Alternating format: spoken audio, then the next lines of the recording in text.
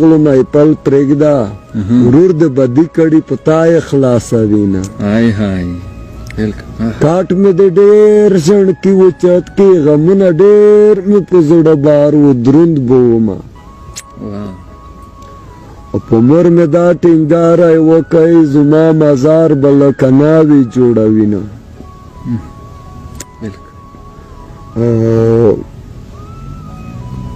کاٹ میں دے آغا چوکو چتکڑی چی ٹوپک کمربند غبرگ تڑلی وینا مورے چی ندور کا ولم اس میں دو چملاتا ما بھی آیا مایانا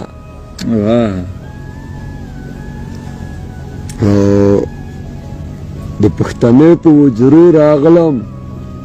وجرے خالیوے اڑ کی جنگ تتللی ونا آئی ہائی وڑکی سرطور خور تکیشول تور لنگای پکورو کے پتی دینا پچا سے داغا نوی نظم دائی شیبو خبویانا خو لکلائی میں دایت تایامی لکا زور زخم چه بیر توازا خلا کری لکا زور زخم لکا زور زخم چه بیر توازا خلکڑی هر چڑکا میں تر زڑو پوری رسیگی دل تا زورونا دی واده د جنکیو پا ادی بہانا لاس وارمتی کی کہا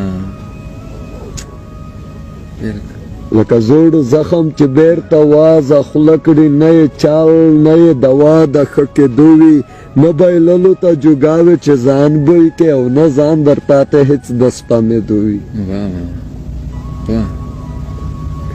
لکا زور زخم چه بیر توازا خلکڑی شڑ شڑ توی پاک شراب کڑی قرار نشی او دا پردی غم ده دو گرنلم شاباس زانا تاتا می دی بیا هم آزار نشی لکه زوړ زخم چې بیر توازه خوله کړي یوه هیله د مخ اوښتو نوي او ژوند د سور دوزخ په ځان وي ګرځولی او په وینو کې د ګاډه سره لمبه وي لکه زوړ زخم چې بیر توازه خوله کړي بچاراوې له هر چا د تامه پرېوي په ماته زړه د ناکام خندا جاري وي خو په زړه کې د روانه غرغرې وي ډېر مننه جار ډېر زبردست چا سه د پاس د کمره په غاړه زر کې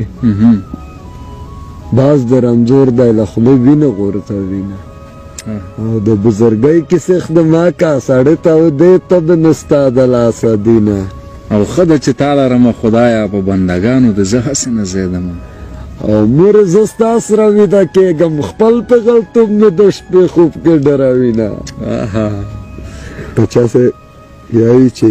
دیدن د ناستو خلکو کېږي په سفر تللی مې په خدای سپارلی دینه او ما درته وی چې جنگ تمازه د جیب سامان در رالیږي تا خوښوینه همدر صاحب سوای په عام محضر کې ژڼې په زندۍ سوي ژوبل ژوبل زړونه د اوږدو بڼو په ژۍ سوي او غږ د غرض غمی نشي واپس درته راولي دا خبره مه کوه چې زور به د خولګۍ سوي او واوره د پردي ټوپک سختنه قیامت به شي خدای به درته وښایي چې حق د زندګۍ سوي او زه د بڼو د زمبا هره ترپا اورمه زه په دې پوهېږم چې شور د خاموشۍ سوي او ته خو بیابان ته د باران نه وروسته لاړ شه خپله به یې ووینې چې خوند د تنهایۍ سوي او ته خو په پوره کال کې شهین ته سترګه نه وهې بیا به د په ما باندې احسان د شاعرۍ سوي همدر صاحب ستاسو خیال ډېر ښه دی ووایه شهین ښه غزال لیکي اکثریت د ده شعر یو جالب خپله د ځان او د خدای خبرې پکې ښې کړي دي شهین صاحب شعر کې دا ځانګړنه کېده نو ډېر ښه غږېږي دا ځان د اندرون نه ډېر ښه غږېږي پچا صاحب خپل باور ته سترګې په ولاکه ورنیولی شم خپل باور ته سترګې په ولاکه ورنیولی شم وخندم په ځان پورې چې ستړی شم غلی شم آها. ته د په ما دومره شمینه لکه زه په تا اها. ته د شي ته د په ما دومره شمینه لکه زه په تا ما غوندې د تا ته زه له ټولو دنیا ښکلی شم واه. عشقه د هوس مستۍ مې بیرته لالهاندې کړه عشقه عشقه د هوس مستۍ مې بیرته لالهاندې کړه بیرته مې منصور کړه چې دغدار شم سپېڅلی شم آها. واه. ما توبه ویستلې وه او پوی ومه په دې ټوکه ما توبه ویستلې وه او پوی ومه په دې ټوکه هم اگر انسان یم او بیا غلطېدلی شم واه.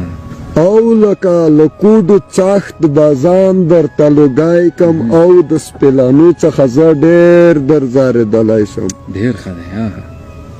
زه مې په عذاب زړه ککړ کړی یم غواړي دی زه مې په عذاب زړه ککړ کړی یم غواړي دی نه یې مني څوک ورته وایم نه بللی یم آها. نن پنځمه شپه ده ستا زاړې مسیجې ګورم ته خو مې همدرده یې له پام د غورځېدلی یم واه. جار ډېر ښه دی همدرد صاحب. قربان مننه همدرد صاحب. ډېر ډېره مننه ورا مننه. ډېره